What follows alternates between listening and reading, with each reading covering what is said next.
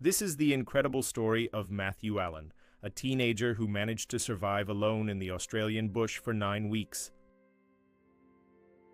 Who? Matthew Allen was an 18-year-old teenager living at home with his parents in the suburb of Westleigh in northern Sydney, Australia. At the time of his disappearance, he was studying to be a mechanic and was known to frequent the nearby bushland. Matthew disappeared on November 27, 2012.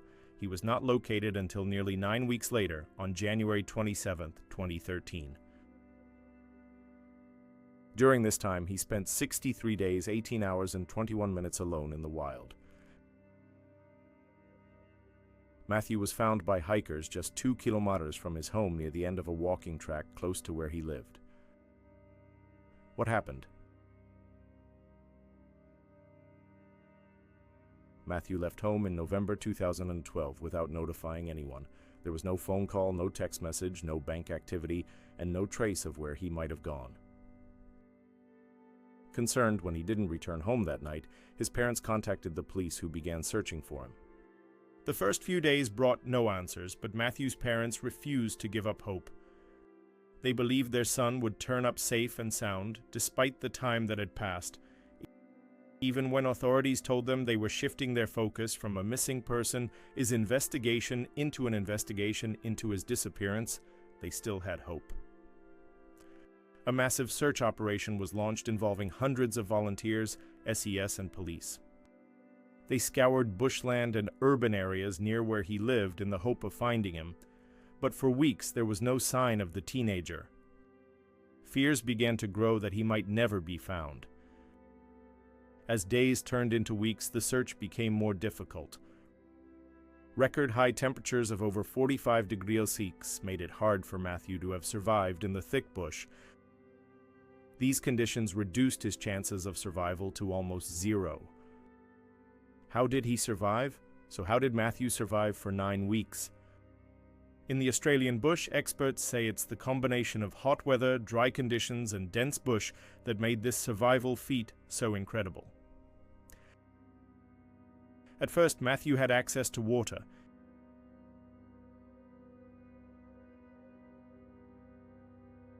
He drank water from a creek, which, although almost dry, had some water left in it.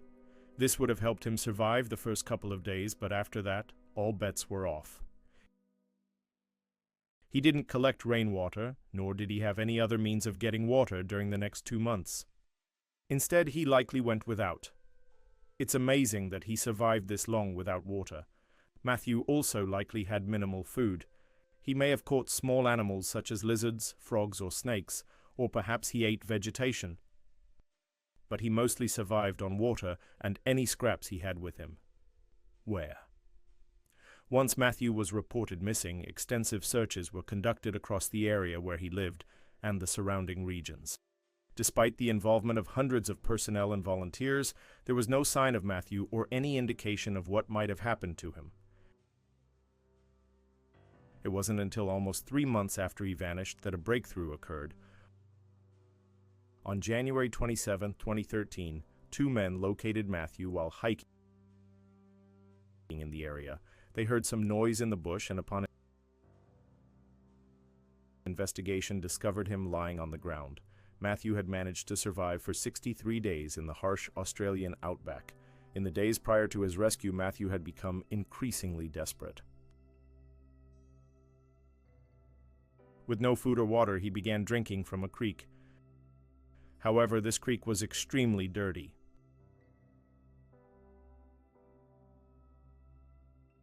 As he had no other option, he continued drinking from the source. When the 2 men discovered him, he was barely conscious and suffering from extreme exhaustion, dehydration, and infection. They quickly alerted the authorities, who rushed to the scene. Medical services were unable to send an ambulance due to the terrain, so they instead sent a helicopter to evacuate Matthew. He was taken to Hornsby Hospital, where doctors worked tirelessly to bring him back to health. Matthew had lost nearly 50% of his body weight and was partially blind due to the harsh conditions he endured. Medical professionals were amazed by his survival. Dr. Grant Gunders, who treated Matthew, described the teenager's injuries as significant, including severe dehydration, gangrene in his lower limbs, numerous leech bites, insect bites, and severe malnutrition. He said, "I've seen a number of people come through with similar injuries, but not with the combination of injuries that he had, particularly with the amount of time he'd been out in the elements." Another doctor present, Dr. Basil Alkaitis, called Matthew's survival miraculous. "It's amazing that he survived. We had to rehydrate him very slowly because he couldn't handle large amounts of fluids at once. His kidneys were shutting down because he'd been without water for so long." Family relieved Matthew was found.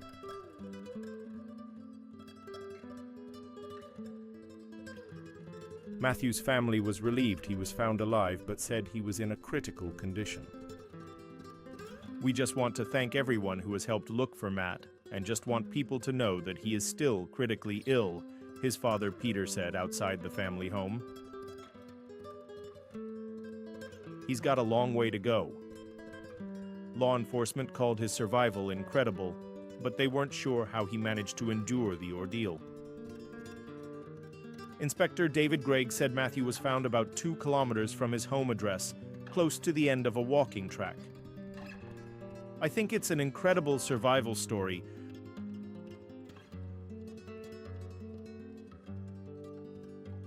To be out in the elements for that length of time is beyond my comprehension."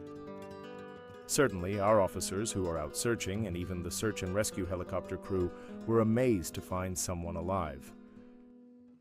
After spending several days in the hospital, Matthew was well enough to be discharged and return home. Although he was initially too weak to speak to reporters, his family thanked the community for its support during the ordeal. His father said he was grateful for the love and support shown to the family. "We really appreciate all the support we've had. It meant a lot to us, especially at Christmas time. We wish everyone a happy new year, and we hope Matt makes a full recovery." Authorities never uncovered why Matthew spent 63 days alone in the bush, but they believe there's more to the story than what was publicly known. Matthew reportedly had some psychiatric or medical issues, but authorities never revealed specifics. His parents seem more concerned with making sure he received the help he needed, rather than having him face criminal charges. Life after the ordeal. After being discharged from the hospital, Matthew largely returned to his routine life. He finished school and was accepted into a university course.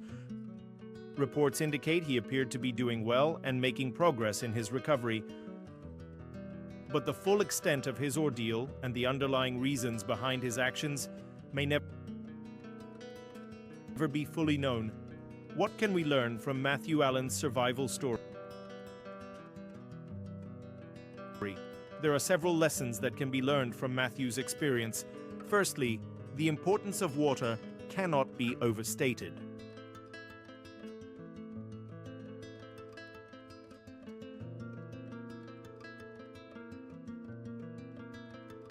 Matthew managed to survive for 63 days without food, but he did drink water from a creek. Water is essential for human survival, and without it, the body can only last a few days. Secondly, Matthew's survival highlights the importance of shelter. Although he was in bushland, there may have been areas where he could have sought shelter from the elements. Shelter can make a significant difference in survival situations. Thirdly, preparation is key. Matthew may have had a better chance of surviving if he had some basic supplies with him, such as a knife, a fire starter, and a whistle. Finally, Matthew's story shows the importance of mental health. Whatever his reasons for spending 63 days alone in the bush, his mental health played a significant role in his survival. Matthew Allen's survival story is truly remarkable.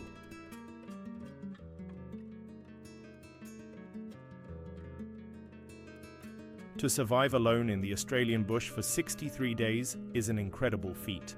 His story serves as a testament to the willpower and resilience of the human spirit and the thin line between life and death in the wilderness. Thank you for watching the video.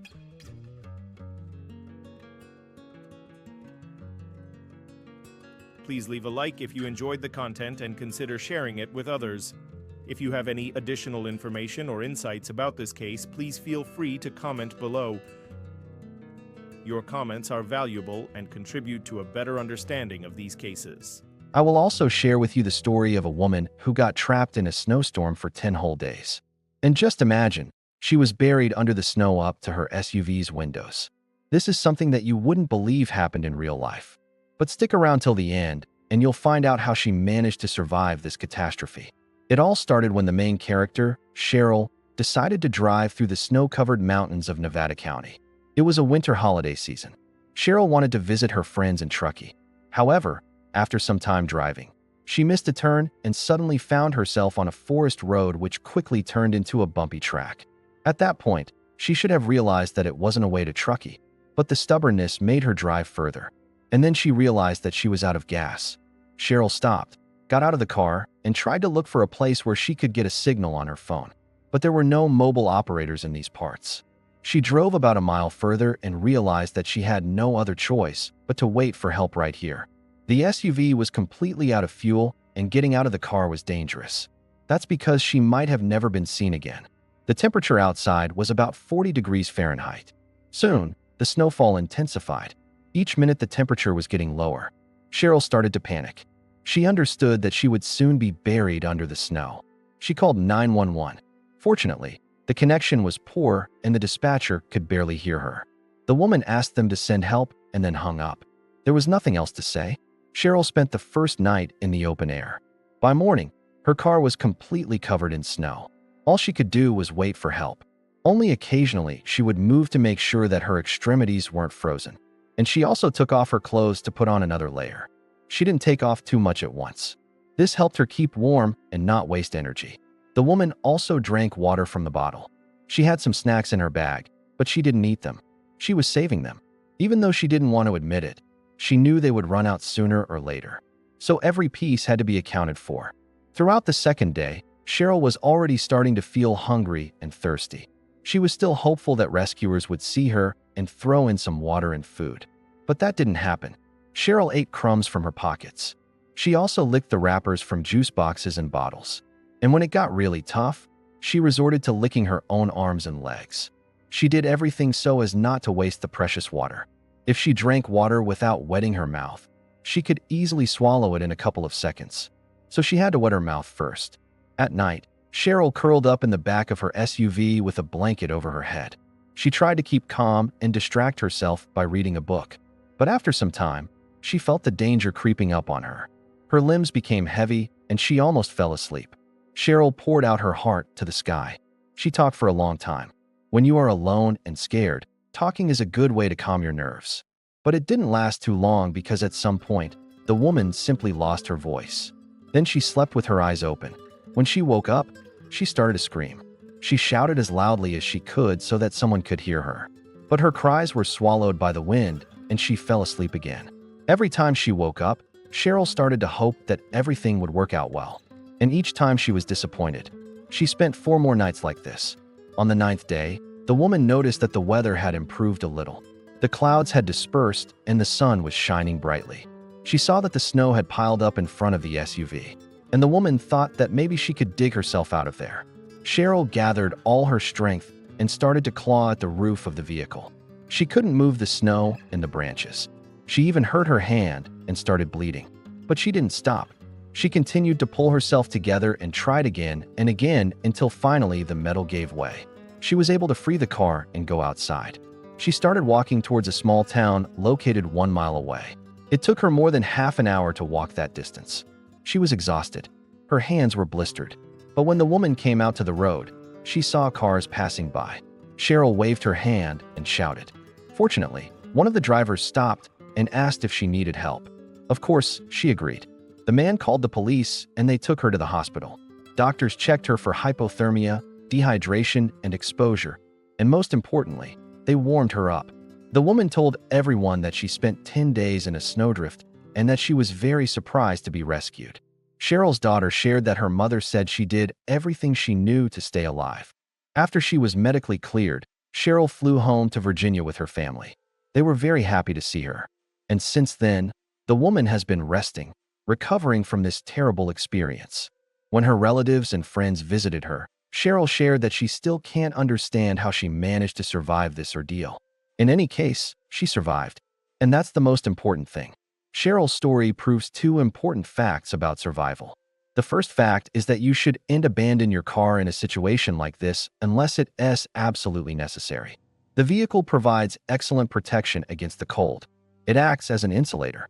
You can stay in your car for a long time. If you don't have enough food and water, you can go outside for a while to stretch your legs and get some fresh air, but then you need to get back in the car. The second truth is that you should ration your food and water carefully. Leaving your vehicle for a period of time may seem like a good idea, but it's not recommended. Getting out of the car exposes your body to the harsh conditions of the environment, increasing the chances of hypothermia and other dangers. And going out to relieve yourself must be planned ahead of time. Most importantly, after doing your business, you must return to the vehicle as soon as possible to maintain your body temperature. I think that Cheryl did everything right in this situation. She stayed with the car, rationed her food and water, and tried to keep busy. Otherwise, the story could have ended tragically. Now, Cheryl is alive and well. She admitted that sometimes she has nightmares about those 10 days. But she's grateful to be alive and enjoys every moment with her family. Friends, what would you do in this situation? Be sure to share your thoughts. And that's all for today. See you later.